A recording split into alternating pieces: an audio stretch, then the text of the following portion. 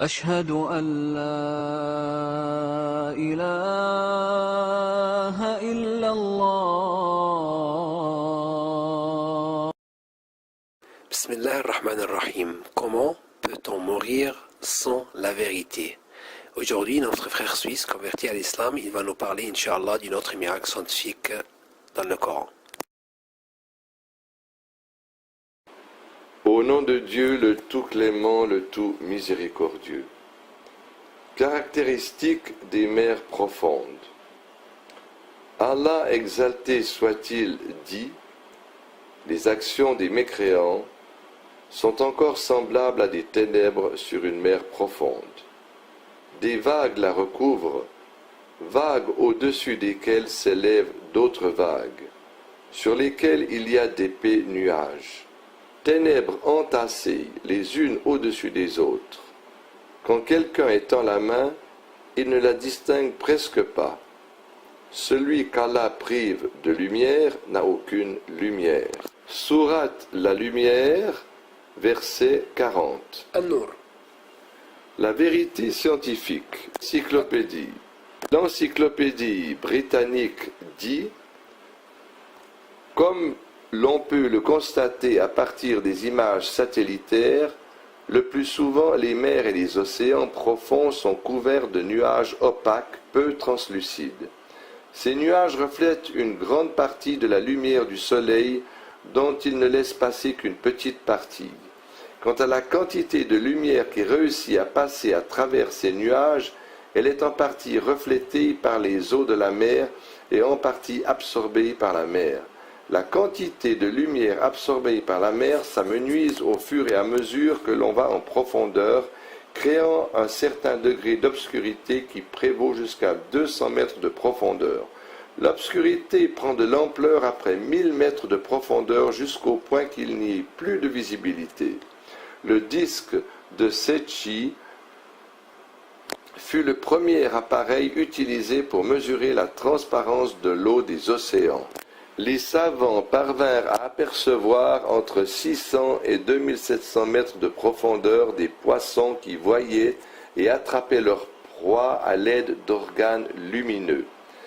À la fin du XIXe siècle et au début du XXe siècle, surtout après l'utilisation des appareils photographiques développés dans les années 30, les savants utilisèrent des cellules électroluminescentes qui permirent la découverte de forts courants dans les mers profondes. L'encyclopédie britannique dit « L'homme n'eut pris connaissance du phénomène des vagues internes des mers profondes que 100 ans jadis. Ces vagues internes naissent entre deux couches d'eau différentes du point de vue de la densité, de la pression, de la chaleur, du flux et du reflux et de l'impact du vent. À l'interface des deux niveaux de densité différentes, là où il y a la plus basse température, se forment les vagues internes qui séparent les eaux chaudes de la surface des eaux froides des profondeurs. Ces vagues internes qui se forment à l'interface de deux couches d'eau différentes du point de vue de la densité, de la salinité et de la température ressemblent fort bien aux vagues de surface, quoiqu'il soit difficile de les apercevoir de la surface de l'eau. Par ailleurs, la formation de ces vagues internes nécessite une énergie qui serait en mesure de faire avancer un bateau. Mais l'on trouve souvent des bateaux qui n'arrivent plus à avancer après s'être retrouvés dans une zone d'eau stagnante dont le mérite de la découverte revient au docteur suédois Van Ekman au début du XXe siècle. Aspect miraculeux. L'homme a longtemps cru à des légendes qui avaient trait à la mer et aux océans. Les marins n'avaient pas alors d'informations scientifiques réelles concernant les mers profondes, car il y avait si peu d'informations sur les courants maritimes. Ainsi les légendes purent s'approprier des eaux stagnantes que les bateaux échouent à traverser. Les anciens Romains crurent alors qu'il y avait des poissons suceurs dotés de vertus magiques qui causent l'immobilisation des bateaux.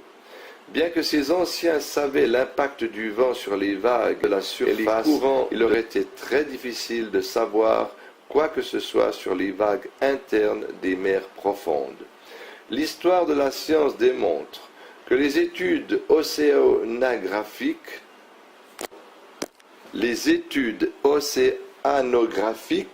n'ont vraiment connu leur essor qu'au début du XXe siècle, et précisément après l'invention des appareils adéquats pour ce type d'études minutieuses. L'océanographie moderne a donc réussi à percer les mystères des mers profondes et des océans en découvrant deux phénomènes importants qui sont d'une part l'obscurité des mers profondes et d'autre part les mouvements des vagues internes. Le verset coranique cité plus haut fait allusion à ces deux phénomènes de façon explicite. Ce verset indique les ténèbres des mers profondes en qualifiant la mer de profonde et affirmant que l'obscurité qui y règne est superposée.